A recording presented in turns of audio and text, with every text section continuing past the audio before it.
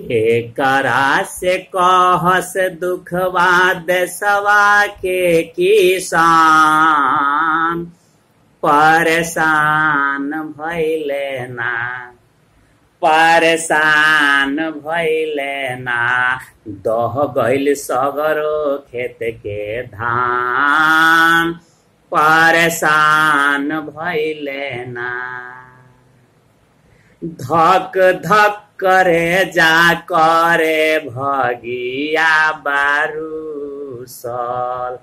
राते राते पनिया पलनिया में घुसल धक धक करे जा करे भगिया बारूसल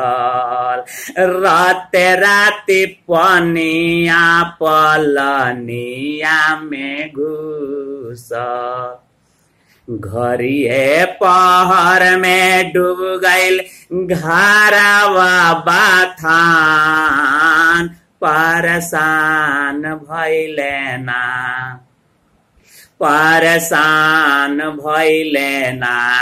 दह गइल सगर खेत के धान परेशान भइले ना विधि भइल बाम बाना केहू पूछवैया पति कहीं पत्नी कहीं दहली बाछी गैया विधि भइल बाम बाना केहू पूछवैया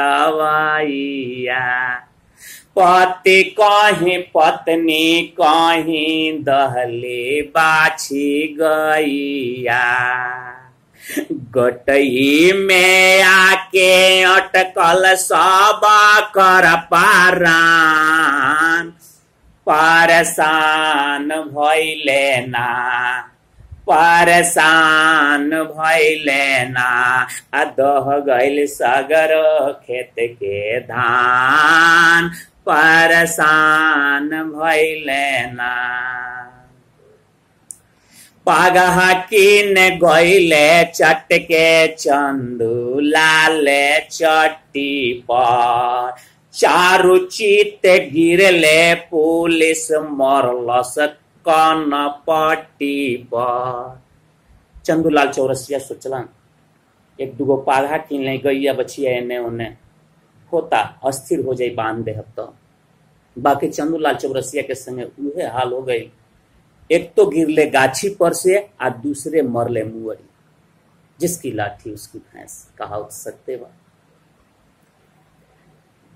पागहा के ने गइले चटके चंदू लाल चट्टी पर चारू चित गिरले पुलिस मरलस कन पट्टी पर काट देहलस मांस के खातिर चोटे पट चालान परेशान भइले ना परेशान भइले ना दह गइल सगरो खेत के धान परेशान भइले ना चालान तक कटा गई बाकी चंदूलाल चौरसिया की स्थिति का बा 40 गो रुपया बाटे चेट में बेचारू के चिउरा भोजा किनी है लैकन फैकन मेहरारू के मात्र 40 गो रुपया चंदूलाल के चेट में बाटे यहाँ चालान कट गई सोचले रहन पगाहवा में से पैसा बची तनी भूजा मिली या चिउरा किन लेम लैकन फैकन मेहरारू के खा के पानी पी के अलम तो हो जाई बाकी ई कोरोना महामारी खाली आदमी के धरता बाकी ई महामारी बाढ़ जौन बा पशु के पक्षी के आदमी के खेती बाड़ी के सगरी के फैले बा इतना बड़ महामारी अब दोसर कौन हो सकता कोरोना कौन ओकरा आगे महामारी बा महाराज तो ई बड़का महामारी की ओर केहू के ध्यान बा ना। एकरा खातिर कोनो लॉकडाउन के व्यवस्था नहीं खे, कोनो डिस्टेंस सोशल डिस्टेंस के जरूरत नहीं, कोनो नियम कानून सुननी है कार हुआ सुन नहीं तो हमारे को बताएं। हम तो बुढ़बो का आदमी हम ना सुनी कि इतना बाढ़ पे तो हमारे घर में 3 फीट पानी लगल बा के देखें आ जाए अब आ जाए। उपाय नहीं खेल कोनो समर्थाय नहीं कौना बुद्धि से निकाली 3 फीट पानी बा हमारा घर में। हुसैनगंज में 20 गो गांव प्रभावित बा दहा नदी के बाढ़ से। गोपालगंज दो गल बा कतना नाम ले रोज न्यूज में देखी, आजू के न्यूज में देखी, कालो वाला में देखली, परसों वाला में रोज न्यूज कतने आदमी मरत तारे। ओकरा आगे कोरोना कुछ नहीं के बाकी हमारे समझ से बाहर की बात बा। 40 गो रुपया बाटे चेट में बेचारू के, चेवरा भोजा किनी है लॉयकन फैकन में है रारू के।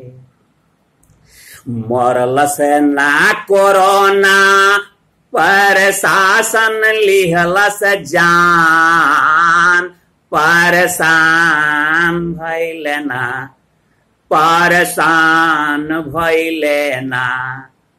दह गइल सगरी खेत के धान, परेशान भइले ना। के करा से कह से दुखवा देशवा के किसान, परेशान भइले ना परेशान भइले ना, दह गइल सगर खेत के धान, परेशान भइले ना, दह गइल सगर खेत के धान, परेशान भइले ना। जय हिंद जय भारत।